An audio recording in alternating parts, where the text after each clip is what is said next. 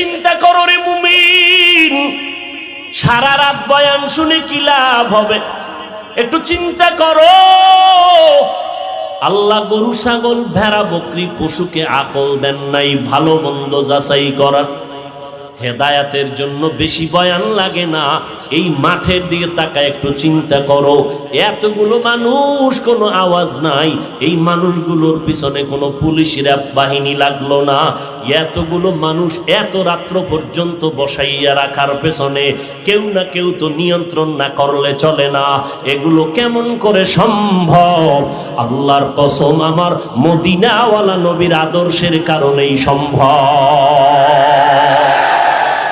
तुकु जाओ सुन्नते अहमद कुजा बा मोहम्मद के बुअद निस्बतोरा मन अहब्बा सुन्नती कौले रसूल मजदाए काना माई हम कुन कबूल। আমার নবী রহমত হয়ে আসলেন। কেমন রহমত? আমার নবী নারীদের জন্য রহমত, আমার নবী পুরুষের জন্য আলাদা করে রহমত, আমার নবী মানুষের জন্য যেমন রহমত, আমার নবী জিনদের জন্য তেমন রহমত, আমার নবী ফেরেশতাদের জন্য আলাদা করে রহমত, আমার নবী রূহের জগতের জন্য রহমত, আমার নবী কবর জগতের জন্য রহমত, আমার নবী হাসরের ময়দানের জন্য রহমত, আমার নবী জান্নাতের বাগানের জন্য বড় রহমত। আমার নবী শুধু মানব জাতির জন্য না, ফেরেশতা জিনের জন্যই না, আমার নবী জঙ্গলের পশুদের জন্য রহমত, আমার নবী নদীর মধ্যে যত প্রাণী আছে পানির মধ্যে তার জন্য নবী আমার রহমত, আমার নবী যত গাছপালা তরুলতা আছে এগুলোর জন্য রহমত। এগুলো একটা একটা করে সারা রাত বয়ান করলে শেষ করা যাবে না। আমার নবী একটা মরা খেজুর গাছের সাথে পিঠ লাগাইয়া খুতবা পড়েন, কিছুদিন পরে এই মিম্বরটা বাদ দিয়া নতুন একটা খুতবা পড়ার মিম্বর তৈরি করলেন। হাদিস শরীফে আছে, আল্লাহর নবী যখন এই মরা খেজুর গাছটাকে ব্যবহার করবেন না মনস্থ করলেন, মানুষ যেমন কানলে আওয়াজ হয়, মরা গাছের থেকে এভাবে কান্নার আওয়াজ সাহাবাদের কানের মধ্যে গেল। নবী আইসা দাঁড়াইলেন, এই খেজুর গাছ, মরা গাছ, কেন কান্না করো বল, কেন কান্না করো বল? বলে, কান্না করি আপনার বিরহের বেদনায় কান্না করি। ও নবী, আপনি রহমতের নবী, এই জন্য কান্না করি। আমাকে বাদ দিলেন কেন? নবী কয়, তুমি কি চাও আমি তোমারে আবার নতুন করে দোয়া কইরা তাজা বানায় দেই? তোমার গাছে ফল হবে, উম্মতেরা ফল খাবে। নিজেও টুপি পরে না, অন্য টুপি পরে তাও পছন্দ করে না। এরা শুধু কপাল পোড়া না, ডবল কপাল পোড়া। নিজেও জিকিরি করে না, অন্য জিকিরি করে পছন্দ করে না। নিজেও পাগড়ি পরে না, অন্য পাগড়ি পরে পছন্দ করে না। নিজেও হালাল খায় না, অন্য হালাল খাবে তাও পছন্দ করে না। এরা শুধু কপাল পোড়া না, ডবল কপাল পোড়া। নিজেও মোনাজাতে কান্না করে না, অন্যেরা কান্না করে তাও পছন্দ করে না। এরকম ডবল কপাল পোড়া সমাজে আছে না নাই? এরে নবীর আশিক উম্মতের দল, মায়ার নবী মরা খেজুর গাছকে বললেন, কি চাও তুমি তোমার গায়ে আবার ফল হবে, উম্মতেরা খায়া দোয়া করবে, চাও? কয়, না চাই না। তো কি চাও? খেজুর গাছ নবীর সাথে কথা বলতেছেন, পারেনি কথা বলতে, বিশ্বাস আসেনি। কার কুদরত? আমার মাওলা পাকের কুদরত। অসম্ভবকে সম্ভব করেন আমার আল্লাহ। দুধের বাচ্চা কথা বলতে পারেন না, আমার মাওলার কুদরতে পারেনি। আমার মাওলার কুদরতে যদি অসম্ভব কখনো সম্ভব হয়, নবীদের বেলায় হলে এটার নাম মুআজিজা, ওলি আউলিয়াদের বেলায় হলে এটার নাম কারামত। মুআজিজা যেমন সত্য, আউলিয়ায়ে কেরামের কারামত তেমন সত্য। যদি বান্দা অবিশ্বাস করো, তাহলে আমার মাওলার কুদরতের সাথে বেয়াদবি হবে। আমার মাওলার কুদরত মরা গাছে কথা কয়, ডাক দিয়া কয়, রহমতের নবী, আমাকে আপনি এখানে দাফন করে দিবেন, হাসরের ময়দানে আমি আপনার সাথে জান্নাতে থাকবো। নবী দাফন করে দিলেন মরা খেজুর গাছ। ওই জায়গায় আজও রসুল যেখানে দাঁড়াইয়া খুতবা পড়তেন ওই জায়গায় মদিনাতুল মুনাব্বারার খতিব সাহেবরা ঈদের খুতবা জুমার খুতবা ওখানেই দেন, ইমামতি একটু সামনে গিয়া করেন। এর পাশে একটা পাথরের পিলার, ওই গাছ বরাবর ওই পিলারের উপরে ঘুরাইয়া আরবিতে লেখা সতুনে উস্তুনে হান্নানা। এই খুঁটিটা হলো উস্তুনে হান্নানার খুঁটি। এই মরা গাছ এটার নিচে যদি খোদো, নিচে গিয়া সেই মরা খেজুর গাছ পাইবা। আমার নবীকে গাছ চিনল, মানুষ হইয়া সেই নবীরে চিনলা না। যদি চিন্তা বেঈমানের পা চাটা গোলাম হইয়া চুল কাটিয়া বান্দর আর ইন্দুর হইতে পারতা না। তুকু যাও সুন্নতে আহমদ কুজা বা মোহাম্মদ কেবুয়াদ নিসবত তোরা। ও আল্লাহর বান্দারা, তাবলীগওয়ালারা পাও ধরে ধরে বয়ান করে, আল্লাহওয়ালা পীর মাশায়েখরা পাও ধরে ধরে বয়ান করে, ওলামায়ে কেরাম দিন নাই রাত নাই বয়ান করে। রহমতের নবীর মালা গলায় লাগাও। আজকে তুমি মনে মনে বলতেছো টুপি মাথায় দিলে মাথাটা গরম হয়ে যায়, পারি না রে ভাই। ওরে তোমার থেকে তো আমার বুদ্ধি মোটেও কম না, আমাদের মাথা নষ্ট হয় না, কারণ আমরা পিওর খাই, হালাল খাই। তুমি তো পিওর ভেজাল সব আউলা জাউলা খাও, আবার ফাঁকে ফাঁকে বিড়ি টানো, টানুনি বোতল গাঞ্জা, আবার কত তুমি নেশা পান করো। মাথা খারাপ তোমাদের হতে পারে, কোরআনওয়ালার মাথা খারাপ হতে পারে না। মাথা টুপি দিলাম কই, এই চিন্তা তো করলাম, তারপরও তো টুপি ফালাইলাম না। দাড়ি রাখলে যৌবনের ভাব চলে যায়। তুমি বুঝছো বাবা, আমরাও কম বুঝি নাই, এরপরও কেন দাড়ি ফালাই না? লম্বা জামাটা গায়ে দিলে কত গরম লাগে, তুমি বুঝছো আমরা বুঝি নাই ব্যাপারটা এমন না, এরপরও কখনো জামাটা ফালাই নাই। আমি মাঝে মাঝে এভাবে উদাহরণ দেই। এখন তোমাদের বাবা ও যুবকেরা ভালো করে শুনো, তোমারে যদি এখন জিকিরে লাগাইয়া আমি স্টেজের পিছনে যাইয়া 5 মিনিট পরে এসে আবার বয়ানে বসি, কণ্ঠ ঠিক আছে, বয়ান ঠিক আছে, শুধু লেবাসটা পাল্টাইয়া প্যান্ট শার্ট টাইয়ার মাথায় ক্যাপ লাগাইয়া বসবো, একটা মুসলমান এখানে থাকবে না। যারা প্যান্ট শার্ট টাইয়ের গোলাম তারাও বলবে এই ব্যক্তির বয়ান শুনে কোনো লাভ হবে না। আকলকে জিজ্ঞাসা করো, মদিনার পোশাকের দাম কত একটু জিজ্ঞাসা করে না। আল্লাহ হেদায়াতের দৌলত দান করেন। ওয়ামা আরসালনাকা ইল্লা রাহমাতাল লিল আলামিন।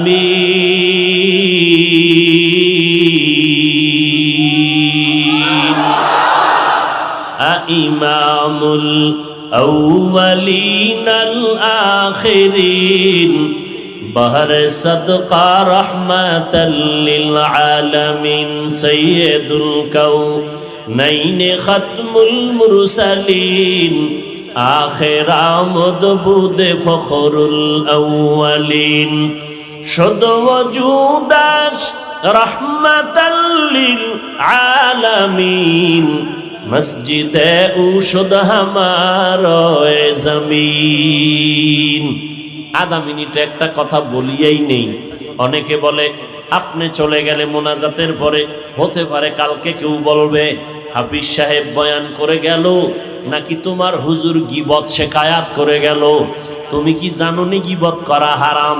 আপনার মাথা গরম হয়ে যাবে। আসলেই তো গীবত করা হারাম। আমগো হুজুরে এইসব বয়ান না কইরা শুধু গীবত কইরা গেল। ভালো করে জেনে নাও, আল্লাহ তাআলা গীবত ব্যাপারে একটা সূরা নাজিল করলেন, ওয়াইলুল লিকুল্লি হুমাযাতিল লুমাযা। আল্লাহ ওয়াইল নামক জাহান্নাম বানাইছেন যারা গীবত শেখায়াত করে তাদের জন্য। নিকৃষ্ট জাহান্নামের নাম ওয়াইল নামক জাহান্নাম। এই সূরার ব্যাখ্যা যদি পড়েন, সেই ব্যাখ্যায় গিয়া পাবেন 4 কারণে গীবত করা ওয়াজিব, না করলে গুনাহ হবে। এর মধ্যে একটা কারণ হলো ইসলামের ব্যানার লাগাইয়া যারা নবীর উম্মতের ধোঁকা দিবে, আহলে হক আলেমদের দায়িত্ব ওই সমস্ত মুখোশধারী ভণ্ডদের বিরুদ্ধে উম্মতের সজাগ করা। এটা কিবত হলো সওয়াবের কাজ। এবার আমাকে একটু জবাব দেন, আমার নবীর যুগে ভণ্ড বাতেল ছিল নি? নবী বাতেলের বিরোধিতা করছেননি? এরে নবীর উম্মতের দল, বাতেলের বিরুদ্ধে কথা বলা এটা বিরোধিতা করা নবীর সুন্নত, কোরআনের আইনে ফরজ। কোরআনের আইনে কি? আমগো আর নবী আসবেন না। আল্লাহ আমাদেরকে নবীদের দায়িত্ব দিয়া আল্লাহর নবী বলেন ঈসা নবী আর জমিনে আসবেন না নতুন ভাবে নবুয়ত নিয়া। হ্যাঁ আসবেন, তার মরণের কাজটা বাকি আছে কমপ্লিটের জন্য। কিন্তু ভালো করে শুনো, এই জমিনে নূহ নবী আসিয়া উম্মতের আর কখনো দাওয়াত দিবেন না। মুসা নবী জমিনের মধ্যে আসবেন না। আমি মুহাম্মদ 63 বছর হায়াতের সময় বিদায় নিলাম, আমিও নাই। উম্মতের এই দাওয়াতের কাজগুলো কারা করবে? আল্লাহ কোরআনে আয়াত নাজিল করে জানায় দিলেন, ও নবী, আপনার উম্মত এই দাওয়াতের কাজ আদায় করবে। আমি আল্লাহ এই উম্মতেরা যারা দাওয়াতের কাজ আদায় করবে, যারা আঞ্জাম দিবে, আমি আল্লাহ আপনার আগের নবীদের মতো সম্মান আর মর্যাদা আপনার উম্মতের দান করব। আপনার উম্মতের কাজ দুইটা, কুনতুম খায়রা উম্মাতিন উখরিজাত লিন-নাস তা'মুরুনা বিল মা'রুফ ওয়া তানহাউনা আনিল মুনকার ওয়া তু'মিনুনা বিল্লাহ। আপনার উম্মতের এক নাম্বার কাজ হলো এরা শ্রেষ্ঠ উম্মত। নূহ নবীর উম্মত শ্রেষ্ঠ না, ইব্রাহিম নবীর উম্মত শ্রেষ্ঠ না, মুসা নবীর উম্মত শ্রেষ্ঠ না, আখিরি নবীর উম্মত, আখিরি রাহমাতুল লিল আলামিনের উম্মত আমরা শ্রেষ্ঠ। আল্লাহ বলেন কোরআনে, এদের দায়িত্ব দুইটা, তা'মুরুনা বিল মা'রুফ, এক নাম্বার দায়িত্ব অন্যদেরকে জান্নাতের পথে ডাকবে, নামাজের দাওয়াত দিবে, নবীর আদর্শের দাওয়াত দিবে। দুই নাম্বার দায়িত্ব ওয়া তানহাউনা আনিল মুনকার, অন্যায় কাজে তারা বাধা প্রদান করবে, মানুষ যেন অন্যায় কাজ না করে। পাও ধরা লাগলে ধরবে, দিনের বেলা মানুষের পায়ে দাওয়াত, পাও ধরিয়া দাওয়াত দিবে। গুনার কাজ করবা না, রাতের বেলা আবার হেদায়াতের দোয়া করবে। উম্মতের দায়িত্ব দুইটা, এক নাম্বার দায়িত্ব মানুষগুলোকে দাওয়াত দিবে, জান্নাতের পথ দেখাবে। দুই নাম্বার দায়িত্ব জাহান্নামে যারা যাইতেছে ওখান থেকে তাদের ফিরাইয়া নিয়ে আসবে। অতএব ভালো কাজের দাওয়াত দিবে, অন্যায় কাজে বাধা প্রদান করবে। আরো সহজে বুঝেন, ওয়াল আসরে সূরাটা আপনারা সবাই জানেন। আল্লাহ তাআলা বলেন এই সূরার মধ্যে সময়ের কসম খাইয়া আল্লাহ বলেন, ইন্নাল ইনসানা লাফি খুসর, সব মানুষ জাহান্নামে যাবে। আল্লাহ সময়ের কসম খাইয়া বলেন। এরপরে আল্লাহ কিন্তু বলিয়া বলেন, চার গুণ যাদের মধ্যে থাকবে তারা জাহান্নামে যাবে না। এক নাম্বার গুণ হলো ইমানদার হবে, দুই নাম্বার গুণ হলো নেক আমল করবে, তিন নাম্বার গুণ ঈমান আমলের দাওয়াত অন্যদের দিবে। ওয়া তাওয়াসাউ বিল হক ওয়া তাওয়াসাউ বিস সবর, অন্যায় যারা করবে তাদেরকে ফিরাবে, ঈমান আমলের দাওয়াত অন্যকে দেওয়া এবং অন্যায় কাজে বাধা প্রদান করা, এটা আখিরি নবীর উম্মতের বিশেষ করে এটা দায়িত্ব। নূহ নবীর উম্মতের এই দায়িত্ব আল্লাহ দেন নাই, ভালো করে খেয়াল করেন। মুসা নবীর উম্মতের আল্লাহ এই দায়িত্ব দেন নাই, ইব্রাহিম নবীর উম্মতের আল্লাহ এই দায়িত্ব দেন নাই, ঈসা নবীর উম্মতকে আল্লাহ এই দায়িত্ব দেন নাই। অন্য মানুষকে দিনের পথে ডাকো, মানুষের নামাজের দাওয়াত দাও, সালাম দাও, মানুষের ভালো সুন্দর কথা দিয়া দিনের পথে ডাকো, জান্নাতের পথ দেখাও। মন্দিরের দরজা খোলা, মসজিদেরও দরজা খোলা। মন্দিরে ঢুকারও স্বাধীনতা আল্লাহ দিছেন, কারণ পরীক্ষার হল। কে প্রশ্নের উত্তর ভালো লাগবে, কে খারাপ লাগবে, স্বাধীনতা আছে, বাধা দেওয়ার অধিকার নাই। দুনিয়াটা মুমিনের পরীক্ষার হল। মন চাইলে মন্দিরেও যাইতে পারো, বাধা নাই। মন চাইলে মসজিদের বারান্দায় যাও, কোনো নিষেধ নাই। তবে হুজুরেরা কি করবে? মুহাম্মদের উম্মতের দায়িত্ব হলো মন্দিরে গেলে কি ক্ষতি হবে, মসজিদে গেলে কি লাভ হবে, উম্মতের বুঝাইতে থাকো, এটাই তোমার দায়িত্ব। মসজিদে ঢুকাবার অধিকার তোমাকে দেওয়া হয় নাই। লা ইকরাহা ফিদ্দীন, ধর্ম নিয়ে জোর জবরদস্তি করার কোনো অনুমতি নাই। বান্দা মনে চাইলে নামাজ পড়বে, না চাইলে নাই। কিন্তু নামাজ পড়লে কি লাভ হবে বুঝাও, না পড়লে কি ক্ষতি হবে এটা বুঝাও। এই দায়িত্বটা নূহ নবীর ছিল, এই দায়িত্ব ইব্রাহিম নবীর ছিল। আমার নবীর পরে কোনো নবী আসবেন না, আল্লাহ এই দায়িত্ব আখিরি নবীর উম্মতের দান করছেন। এই জন্য এই উম্মত অন্য নবীদের মতোই সম্মান। हकीकत से तू दुनिया बेखबर है, दुनिया की नुमाइश पर नजर है। नमी गुयम के आज दुनिया जुदा बश, बहर कारे के बाशी बा खुदा बाश। এবার বলেন, মুসলমান নবীর আশেক, যারা নবীর বিরোধিতা করবে তারা বাতিল, যারা পর্দার বিরোধিতা করে তারা হক না বাতিল? জোরে কোন? যারা মাদ্রাসার বিরোধিতা করবে তারা হক না বাতিল?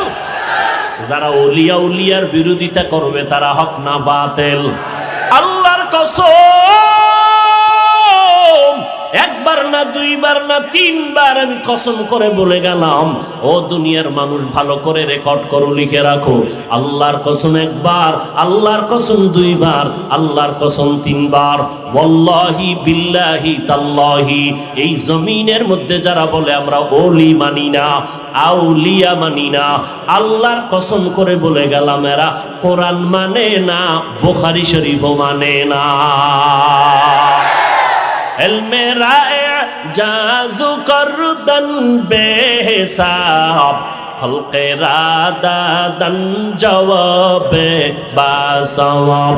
हक ना दारत दोस्ते खल्क़ा ज़ारे राह, निस्ते ई खसलते एके दीनदारे राह। যারা মাদ্রাসার বিরোধিতা করে, ওলিয়া উলিয়ার বিরোধিতা করে, এবার বলেন তারা হক না বাতিল? সবাই একমত? যারা বলে ওলি মানি না তারা বুখারী শরীফ মানে না, যারা বলে আমরা আউলিয়া মানি না তারা কোরআন শরীফ মানে না, যারা কোরআন বুখারী মানে না তারা হক না বাতিল? যারা সাহাবায়ে কেরামের বিরোধিতা করে, আবু বকরের বিরোধিতা করে, ওসমান রাদিয়াল্লাহু আনহুর বিরোধিতা করে, বলো জাতি এরা হক না বাতিল? বাতিলের বিরোধিতা করা এটা গীবত না ফরজ? জোরে বলো। তাহলে আপনাদের যেন কোনো বাতিল ধোকায় ফেলতে না পারে। তমগু হুজুর বয়ান করলো নাকি গীবত করলো, বলবা আমগু হুজুর যদি গীবত করে আল্লাহর আইনে ফরজ আদায় করেছে। हकीकत से तू दुनिया बेखबर है, दुनिया की नुमाइश पर नजर है। नमी गुयम के आज दुनिया जुदा बश, बहर कारे के बाशी बा खुदा बा। ঘুম আসতেছে আপনাদের? বাঙালির ঘুম আসেনি? আছে? যদি কয় আছে এটা কাঁচা মিছা কথা। কারণ বাঙালির ঘুম মোবাইলে জবাই করেছে। বয়ান শুনে বাসায় যাবে কই ঘুম। আল্লাহর বান্দা পাগলেরা, যুবকেরা ঘরে গিয়া সারা রাত মোবাইলের স্ক্রিনে তাকায় তাকায় মোরাকাবার হালাতে চালায়। এক সেকেন্ড ঘুম নাই, কখন 3টা বাজলো 4টা বাজলো খবর নাই। সারাটা রাত মোবাইলের দিকে তাকাইয়া কবিরা গুনার প্র্যাকটিস করে সরে যুবক। ফজরের আজান শুনলি, নামাজটা পড়লি না রে বাবা। এই মোবাইলের কারণে ঘুমটারে জবাই করেছো। প্রতিদিন মোবাইল চালাইয়া রাত কাটাও, একটা রাত যদি কোরআনের বাগানে কাটাইতে পারো, ইনশাআল্লাহ আমার আল্লাহ আমাদের এতটা মায়া করেন, মোহাব্বত করেন। আখিরি নবীর উম্মত হওয়ার কারণে অন্য নবীদের হায়াত ছিল অনেক বড়, উম্মতের হায়াত অনেক বড়, এরা বেশি বেশি নেক আমল করেছেন। আমার নবী একদিন আফসোস করে বসে আছেন, ও আল্লাহ আমার হায়াত খুবই কম, আমার উম্মতের হায়াত খুবই কম, কিন্তু সম্মান দিছেন বেশি, নেক আমল করার টাইম কোথায়? ও নবী আপনি উম্মতের জানায় দেন, মনটা খাটো করবেন না, আমি অল্প সময়ে অল্প হায়াতে বরকত বাড়ায় দিব। আপনার উম্মতের জানায় দেন, আমি আপনাকে সব উম্মতের আদর্শ বানায় দিলাম। 5 বেলার নামাজ যারা ঠিক মতো আদায় করবে ওদেরকে জানায় দেন, আমি আল্লাহ 5 বেলার বিনিময়ে 50 ওয়াক্ত নামাজের সওয়াব দান করব। আপনার উম্মতের জানায় দেন, এশার নামাজ পড়ে যদি কেউ ঘুমায়, ঘুম থেকে উঠে যদি আবার ফজরের নামাজ আদায় করে, আমি আল্লাহ ওই ঘুমের সময়টাও নেকের পাল্লায় ওজন দিয়ে দিব। মকুন সুসুতি নামাজে পাঞ্জে গানা, ফাওয়াইলুন লিল মুসাল্লিন আল্লাযিনা মুমিনারা নামাজ এমদাদ দাও, ইস্তাইনু আয়াতে কুরআন আয়াতে কদ আফলাহারা, ইয়াদ কুন গৌরু কুন্দর মানিয়াজ দিল সাদেকুন। এই ময়দানের দাম কত? আমার নবীর জন্য গোটা জমিন আল্লাহ পাক দস্তরখান বানায় দিলেন, মসজিদ বানায় দিলেন। যারা এই ময়দানে বসছেন, আল্লাহর নবীর ঘোষণা, বসার সাথে সাথে জীবনের সব গুনাহ মাফ। ওগো নবীর উম্মতেরা,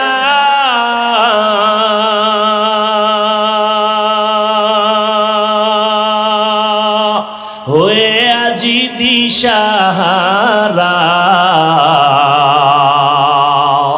কোরআন হাদিসের চলো যখন যাহা চায় মনে, নবী বিনে কে তরাবে পুসিরাত মিজানে, নবী বিনে কে তরাবে পুসিরাত মিজানে। ও নবীর উম্মতের দল, আল্লাহ নবীর মোহাব্বতে এত সম্মান আমাদের দান করেছেন।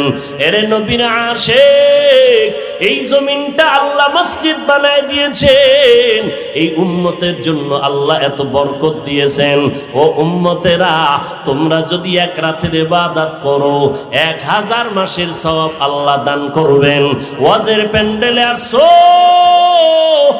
এতগুলো মানুষ যদি কোনো কোটিপতি বসাইয়া রাখতে চাইতেন, 500 করে টাকা দিব বলিয়া এই মানুষগুলো এখানে আনার জন্য তার 1 নাম্বার কাজ হতো ফ্রি গাড়ি দেওয়া, ভাড়া দেওয়া, না হয় একজন আল্লাহর বান্দা এখানে হাজির হতো না। দুনিয়ার কোটিপতি যদি চাইতেন এখানে এতগুলো মানুষ আমি জমা করব, নাস্তার জন্য কত গরু না জবাই করা লাগতো, কত খাসি না জবাই করা লাগতো, ফাঁকে ফাঁকে নাস্তা দেওয়া লাগতো, বসার জন্য ভিআইপি বিছানা দেওয়া লাগতো নি? এতগুলো মানুষ নিয়ন্ত্রণের জন্য কত প্রশাসন, কত পুলিশ লাগতো। কিন্তু বান্দা আকল দিয়ে একটু চিন্তা করে তাকাও, এতগুলো মানুষ এখানে আসছেন, কাউকে জোর করে আনা হয় নাই, ভাড়াও দেওয়া হয় নাই, বরং অনেকের থেকে টাকা কোরআনের খেদমতের জন্য রেখে দেওয়া হয়েছে, ঠিক নি? কাউকে টাকা দেওয়া হয় নাই, নাস্তার তো খবরই নাই। ও আল্লাহর বান্দা, এখানে আসার জন্য সবাই আসছেন নিজের ইচ্ছায়, কেউ টাকা খরচ করে, কেউ পায়ে হেঁটে। বসার বিছানাটাও তেমন কোয়ালিটিপূর্ণ না, এরপরও কে ভিআইপি, কে ছোট, কে বড়, কে ধনী, কে গরিব, কে আলেম, কে মূর্খ, কোনো ভেদাভেদ নাই। নিয়ন্ত্রণের জন্য কোনো বাহিনী নাই। এতগুলো মানুষ একবারে চুপচাপ বসে আছেন, একটা আওয়াজ নাই, এতটাই নীরব। এই মুহূর্তে যদি কারো মোবাইলে কেউ কল দেয়, মাথাটা গরম হয়ে যাবে, ঠিক নি? কল আসছে কেটে দিবে, আবার কল দিলে কেটে দিবে, আবার যদি কল দেয় কেটে দিবে। 3 বার কেটে দেওয়ার পরে এমন কোন আহাম্মক 4 বারের মতো আবার দেয়, মাথাটা নোয়াইয়া রিসিভ করে বলবে 3 বার কাটলাম, আবার ফোন দিলেন, আপনি কে? আমার এক কল দিবেন না, সাবধান। আল্লাহ না করুক যদি ম্যাডাম দিয়া ভালায়, তো আজকে রাত্রে ওর খবর আছে, ঠিক নি? একটু চিন্তা করো রে মুমিন, সারা রাত বয়ান শুনে কি লাভ হবে? একটু চিন্তা করো। আল্লাহ গরু ছাগল ভেড়া বকরি পশুকে আকল দেন নাই ভালো মন্দ যাচাই করার। হেদায়াতের জন্য বেশি বয়ান লাগে না। এই মাঠের দিকে তাকায় একটু চিন্তা করো, এতগুলো মানুষ, কোনো আওয়াজ নাই, এই মানুষগুলোর পিছনে কোনো পুলিশের বাহিনী লাগলো না। এতগুলো মানুষ এত রাত্র পর্যন্ত বসাইয়া রাখার পেছনে কেউ না কেউ তো নিয়ন্ত্রণ না করলে চলে না। এগুলো কেমন করে সম্ভব? আল্লাহর কসম, আমার মদিনাওয়ালা নবীর আদর্শের কারণেই সম্ভব। तुकु जाओ सुन्नते अहमद कुजा बा मोहम्मद के बुअद निस्बत तोरा मन अहब्बा सुन्नती कौले रसूल मजदाए काना माई हम कुन कबूल। আমার নবী রহমত হয়ে আসলেন। কেমন রহমত? আমার নবী নারীদের জন্য রহমত, আমার নবী পুরুষের জন্য আলাদা করে রহমত, আমার নবী মানুষের জন্য যেমন রহমত, আমার নবী জিনদের জন্য তেমন রহমত, আমার নবী ফেরেশতাদের জন্য আলাদা করে রহমত, আমার নবী রুহের জগতের জন্য রহমত, আমার নবী কবর জগতের জন্য রহমত, আমার নবী হাসরের ময়দানের জন্য রহমত, আমার নবী জান্নাতের বাগানের জন্য বড় রহমত। আমার নবী শুধু মানব জাতির জন্য না, ফেরেশতা জিনের জন্যই না, আমার নবী জঙ্গলের পশুদের জন্য রহমত, আমার নবী নদীর মধ্যে যত প্রাণী আছে পানির মধ্যে তার জন্য নবী আমার রহমত, আমার নবী যত গাছপালা তরুলতা আছে এগুলোর জন্য রহমত। এগুলো একটা একটা করে সারা রাত বয়ান করলে শেষ করা যাবে না। আমার নবী একটা মরা খেজুর গাছের সাথে পিঠ লাগাইয়া খুতবা পড়েন, কিছুদিন পরে এই মিম্বরটা বাদ দিয়া নতুন একটা খুতবা পড়ার মিম্বর তৈরি করলেন। হাদিস শরীফে আছে আল্লাহর নবী যখন এই মরা খেজুর গাছটাকে ব্যবহার করবেন না মনস্থ করলেন, মানুষ যেমন কানলে আওয়াজ হয় মরা গাছের থেকে এভাবে কান্নার আওয়াজ সাহাবাদের কানের মধ্যে গেল। নবী আইসা দাঁড়াইলেন, এই খেজুর গাছ মরা গাছ কেন কান্না করো বল, কেন কান্না করো বল? বলে কান্না করি আপনার বিরহের বেদনায় কান্না করি। ও নবী, আপনি রহমতের নবী, এই জন্য কান্না করি। আমাকে বাদ দিলেন কেন? নবী কয় তুমি কি চাও আমি তোমারে আবার নতুন করে দোয়া কইরা তাজা বানায় দেই? তোমার গাছে ফল হবে, উম্মতেরা ফল খাবে। নিজেও টুপি পরে না, অন্য টুপি পরে তাও পছন্দ করে না। এরা শুধু কপাল পোড়া না, ডবল কপাল পোড়া। নিজেও জিকির করে না, অন্য জিকির করে পছন্দ করে না। নিজেও পাগড়ি পরে না, অন্য পাগড়ি পরে পছন্দ করে না। নিজেও হালাল খায় না, অন্য হালাল খাবে তাও পছন্দ করে না। এরা শুধু কপাল পোড়া না, ডবল কপাল পোড়া। নিজেও মোনাজাতে কান্না করে না, অন্যেরা কান্না করে তাও পছন্দ করে না। এরকম ডবল কপাল পোড়া সমাজে আছে না নাই? এরে নবীর আশিক উম্মতের দল, মায়ার নবী মরা খেজুর গাছকে বললেন কি চাও তুমি তোমার গায়ে আবার ফল হবে, উম্মতেরা খায়া দোয়া করবে, চাও? কয় না চাই না, তো কি চাও? খেজুর গাছ নবীর সাথে কথা বলতেছেন, পারেনি কথা বলতে, বিশ্বাস আসেনি। কার কুদরত? আমার মাওলা পাকের কুদরত। অসম্ভবকে সম্ভব করেন আমার আল্লাহ। দুধের বাচ্চা কথা বলতে পারেন না, আমার মাওলার কুদরতে পারেনি। আমার মাওলার কুদরতে যদি অসম্ভব কখনো সম্ভব হয়, নবীদের বেলায় হলে এটার নাম মুআজিজা, ওলি আউলিয়াদের বেলায় হলে এটার নাম কারামত। মুআজিজা যেমন সত্য, আউলিয়ায়ে কেরামের কারামত তেমন সত্য। যদি বান্দা অবিশ্বাস করো, তাহলে আমার মাওলার কুদরতের সাথে বেয়াদবি হবে। আমার মাওলার কুদরত মরা গেছে কথা কয়, ডাক দিয়ে কয় রহমতের নবী, আমাকে আপনি এখানে দাফন করে দিবেন, হাসরের ময়দানে আমি আপনার সাথে জান্নাতে থাকবো। নবী দাফন করে দিলেন মরা খেজুর গাছ। ওই জায়গায় আজও রসুল যেখানে দাঁড়াইয়া খুতবা পড়তেন, ওই জায়গায় মদিনাতুল মুনাওয়ারার খতিব সাহেবরা ঈদের খুতবা, জুমার খুতবা ওখানেই দেন। ইমামতি একটু সামনে গিয়া করেন। এর পাশে একটা পাথরের পিলার, ওই গাছ বরাবর, ওই পিলারের উপরে ঘুরাইয়া আরবিতে লেখা সতুনে উস্তুনে হান্নানা। এই খুঁটিটা হলো উস্তুনে হান্নানার খুঁটি।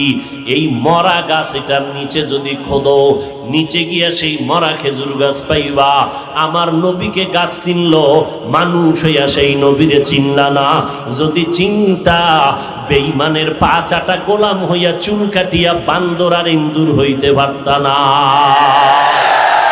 তুকু যাও সুন্নতে আহমদ কুজা বা মোহাম্মদ কেবুয়াদ নিসবত তোরা।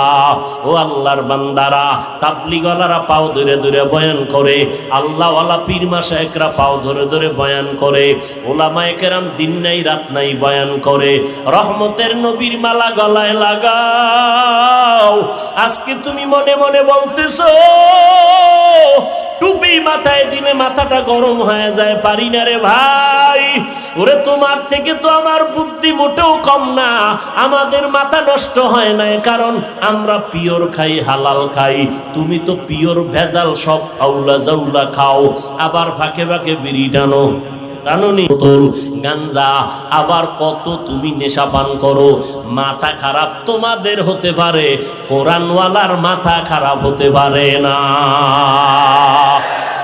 মাথা টুপি দিলাম কই, এই চিন্তা তো করলাম, তারপরও তো টুপি ফালাইলাম না।